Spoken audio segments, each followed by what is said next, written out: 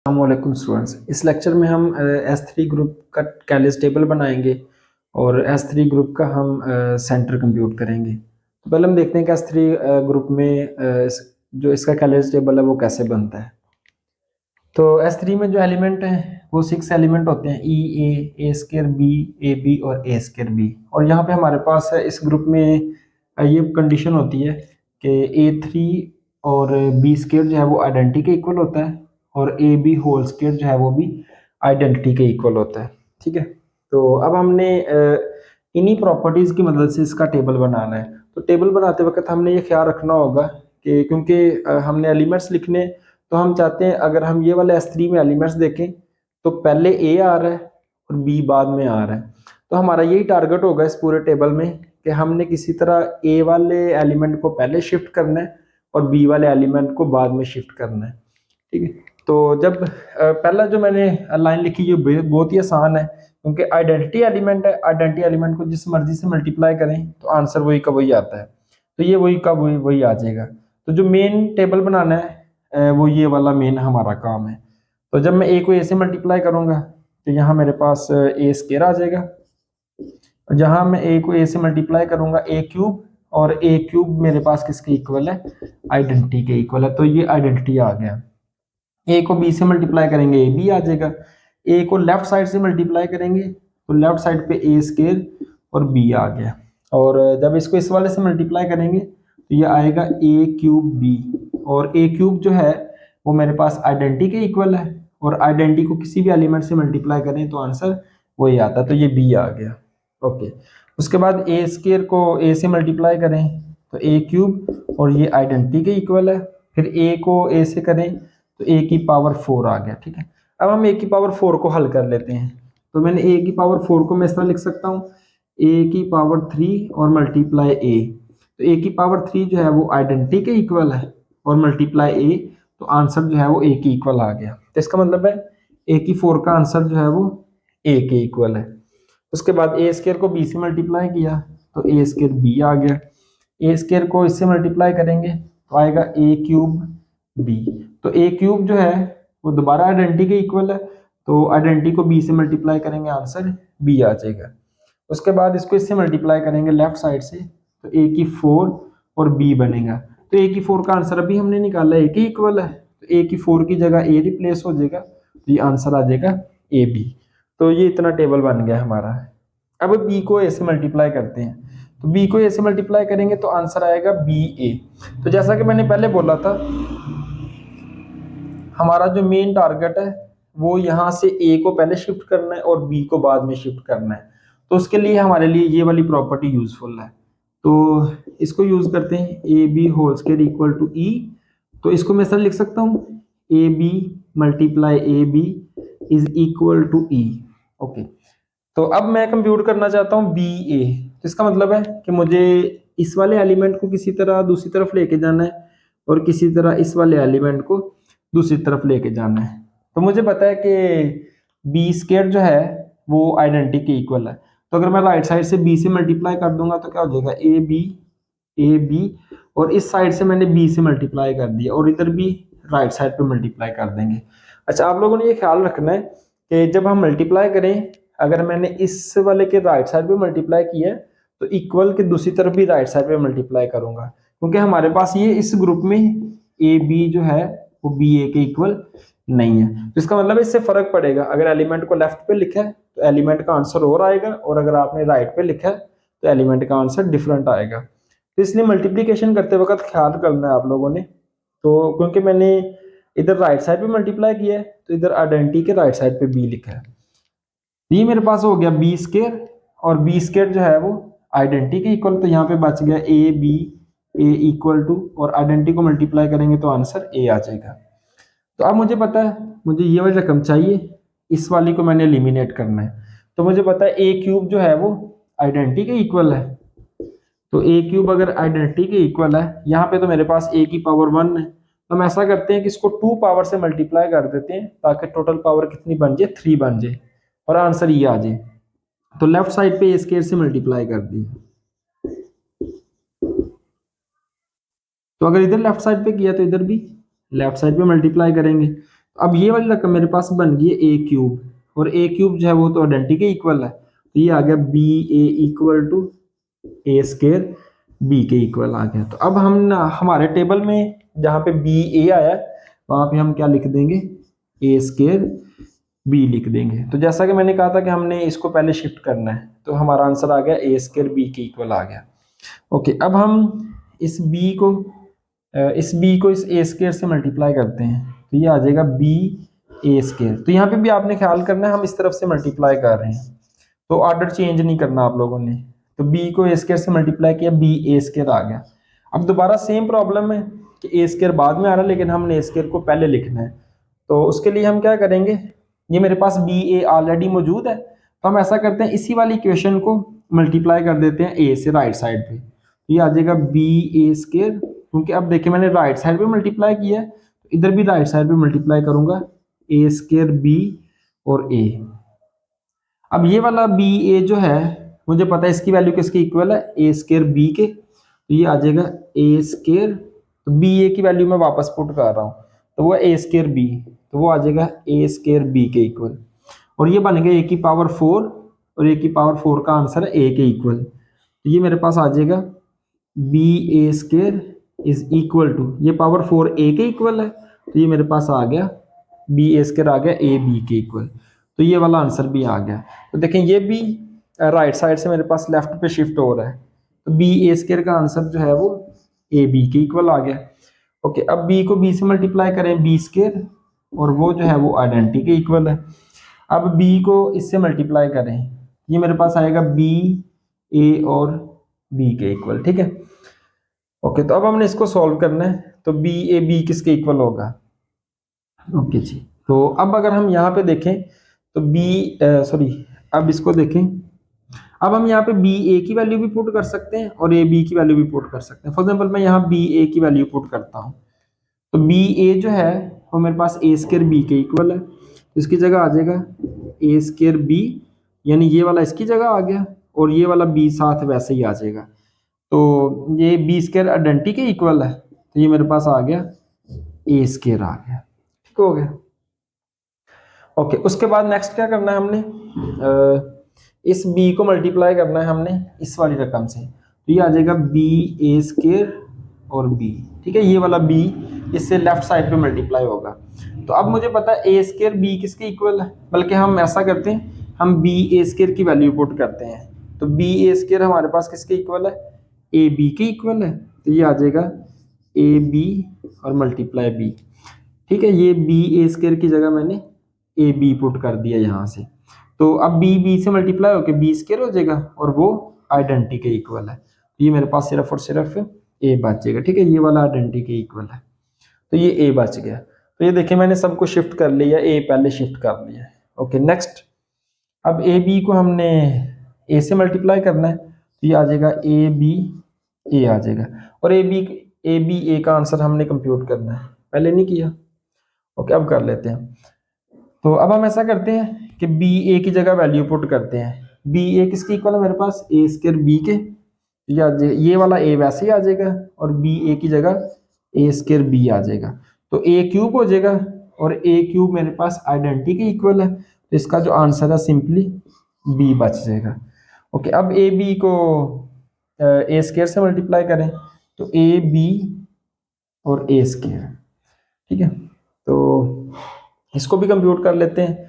अब हम पुट करते हैं बी ए स्केयर की वैल्यू, तो बी ए स्केयर मेरे पास ए बी के इक्वल है, तो ये आ जाएगा, ये वाला ए वैसे ही आ जाएगा, और बी ए स्केयर की जगह आ जाएगा ए बी, तो ये हमारे पास बन गया ए स्केयर बी बन गया। ओके, अब हम इस ए बी को मल्टीप्लाई करते हैं बी से, तो ये आ जाएगा ए बी मल्टीप्लाई बी, और बी स्केयर तो आइडेंटिटी के इक्वल है, तो सिंपली ए बच गया। ए बी को इससे मल्टीप्लाई करें, A B multiply A B, तो ए बी का होल स्केयर वो आइडेंटिटी के इक्वल है हमारे पास, और लास्ट वाला जाएगा ए बी को उससे मल्टीप्लाई करें, तो ये आएगा ए बी और मल्टीप्लाई ए स्केयर बी आ जाएगा, ठीक है। तो इसको भी हम हल कर लेते हैं। ओके जी, तो ये मेरे पास आया A B A square B. तो अब हम यहाँ से वैल्यूज पुट करते हैं। तो पहले हम ऐसा करते हैं कि हमने ए को पहले शिफ्ट करना है, तो मैं इसकी जगह वैल्यू पुट करता हूँ। तो बी ए स्क्वायर मेरे पास ए बी के इक्वल है, ये वाला ए वैसे ही बी ए स्क्वायर की जगह ए बी आ गया ये वाला, और बी वैसे ही। तो बी स्क्वायर जो है वो आइडेंटिटी के इक्वल है, तो यहाँ से क्या बच गया ए स्क्वायर, यानी इसका जो आंसर है वो मेरे पास ए स्क्वायर आ गया। ठीक है, और इसी तरह अब हम ये वाले कंप्यूट कर सकते हैं। तो ए स्क्वायर बी को इससे मल्टीप्लाई करेंगे तो ये आ जाएगा ए स्क्वायर बी ए आ जाएगा। तो पहले देखें ए स्क्वायर बी कंप्यूट किया हमने कहीं,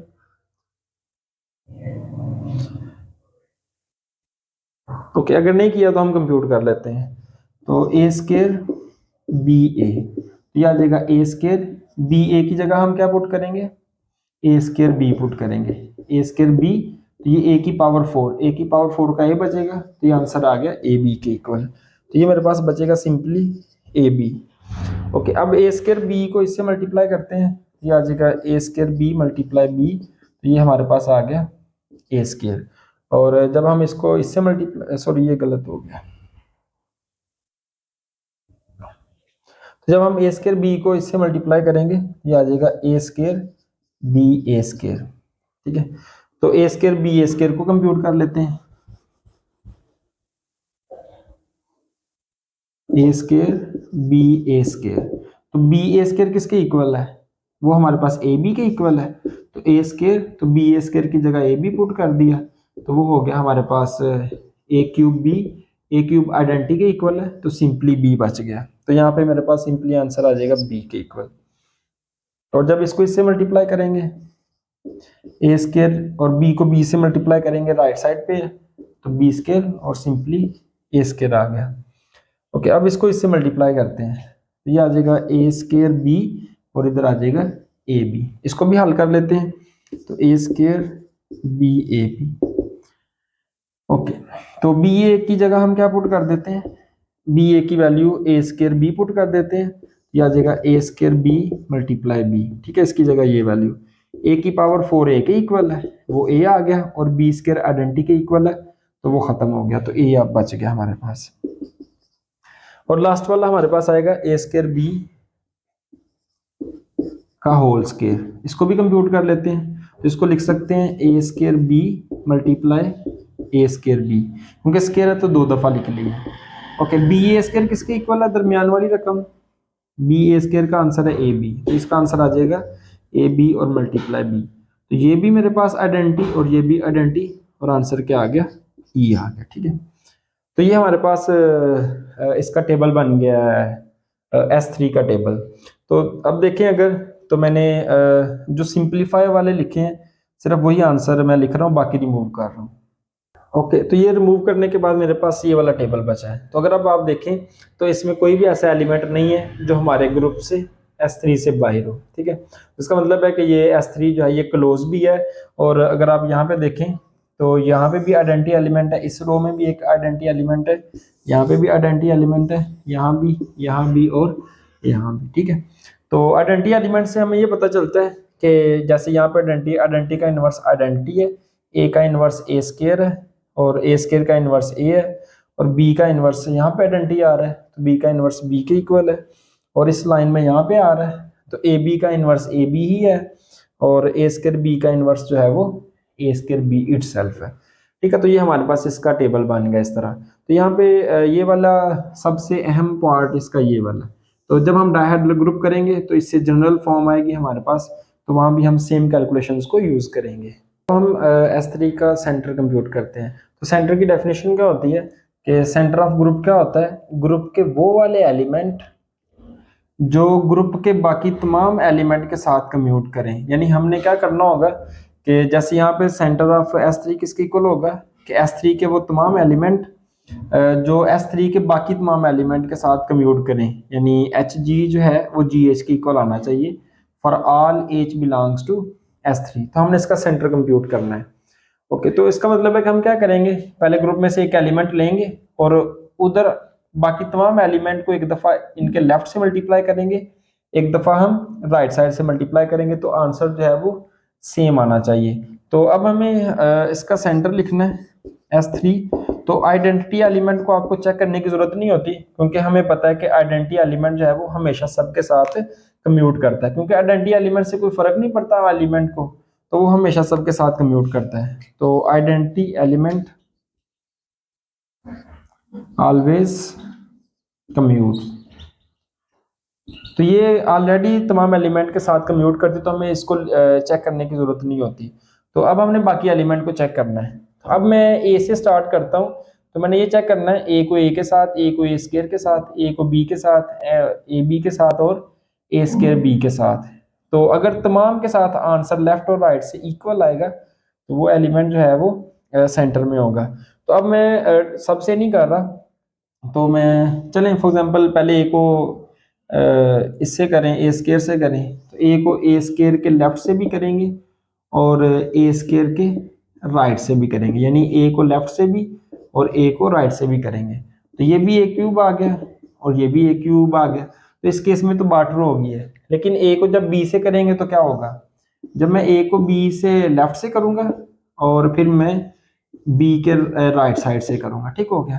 लेकिन जैसा कि मैंने पहले बताया, जैसे हम टेबल बनाते हैं तो एलिमेंट को कैसे कंपेयर करेंगे कि ये दोनों इक्वल हैं कि नहीं है, ये हमने चेक करना है कि ये दोनों आपस में इक्वल आते हैं कि नहीं आते, ये हमने देखना है। तो अब क्योंकि इसके लेफ्ट पे है, इसके राइट पे है, तो हम एलिमेंट को कंपेयर नहीं कर सकते। तो हमने टेबल वाली ट्रिक ही इस्तेमाल करनी है कि या तो हमने एलिमेंट में ए को पहले शिफ्ट करना है तमाम एलिमेंट्स में, या फिर हमने बी को तमाम एलिमेंट में पहले शिफ्ट करना है। ओके, तो हम ऐसा करते हैं कि हम पहले उसको शिफ्ट करते हैं, ए को शिफ्ट कर लेते हैं। तो ये लेफ्ट साइड मेरे पास ए बी के इक्वल है। अब मैंने बी ए को सॉल्व करना है। तो बी ए मुझे पता किसके इक्वल है, ए स्केयर बी के इक्वल है। तो ये आ गया ए स्केयर बी आ गया। तो लेफ्ट साइड जो है वो मेरे पास ए बी आ रही है और राइट साइड जो है वो मेरे पास ए स्केयर बी आ रही है। तो ये दोनों एलिमेंट आपस में इक्वल नहीं है। तो इसका मतलब है कि ये जो मैंने एलिमेंट ए लिया था, ये वाला एलिमेंट मेरा सेंटर में नहीं होगा, क्योंकि ये बी के साथ कम्यूट नहीं कर रहा था। सेंटर में सिर्फ वही एलिमेंट जाएगा जो तमाम एलिमेंट के साथ कम्यूट करे, लेफ्ट से भी यानी आंसर वही आए और राइट से भी आंसर वही आए। तो ये बी के साथ कम्यूट नहीं कर रहा, तो ये वाला एलिमेंट सेंटर में नहीं होगा।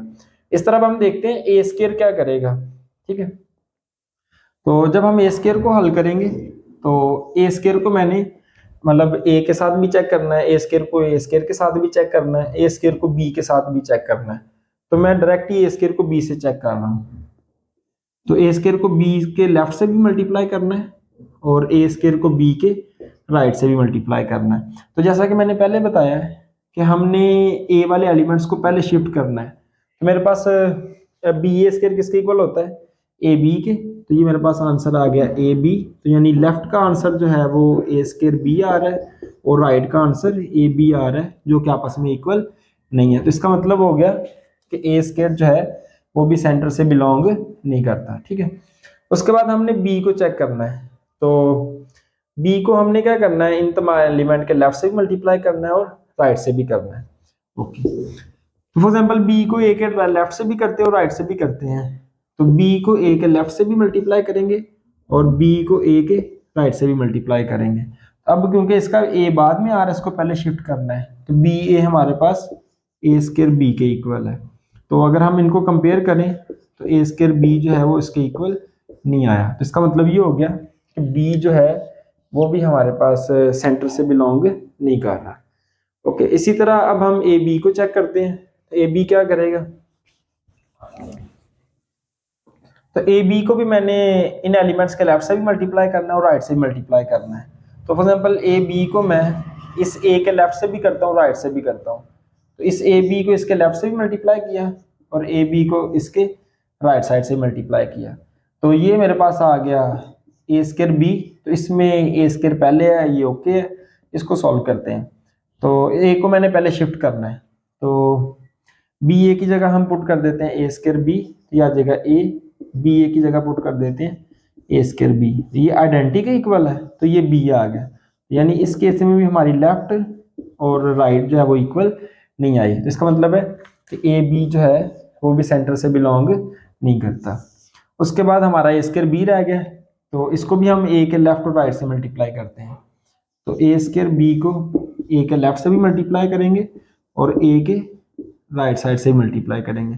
ये हो जाएगा ए क्यूब बी और ये सिंपली ये आइडेंटिटी है, तो ये बी बच गया। इसको हल करते हैं, तो ए स्क्र बी, बी ए जो है वो हमारे पास ए स्क्र बी के इक्वल है, तो ये मेरे पास आ जाएगा ए स्क्र बी आ जाएगा। तो ये ए की पावर 4 वो हमें पता है ए के इक्वल बचती है, तो ये बी आ गया। तो इस केस में भी दोनों आपस में इक्वल नहीं आए, इसका मतलब है कि ए स्क्र जो है वो भी हमारा सेंटर से बिलोंग नहीं करता। तो सेंटर में सिर्फ और सिर्फ कौन सा एलिमेंट आया, आइडेंटिटी एलिमेंट आया, ठीक है। तो बाकी कोई भी एलिमेंट हमारा सेंटर से बिलोंग नहीं करता।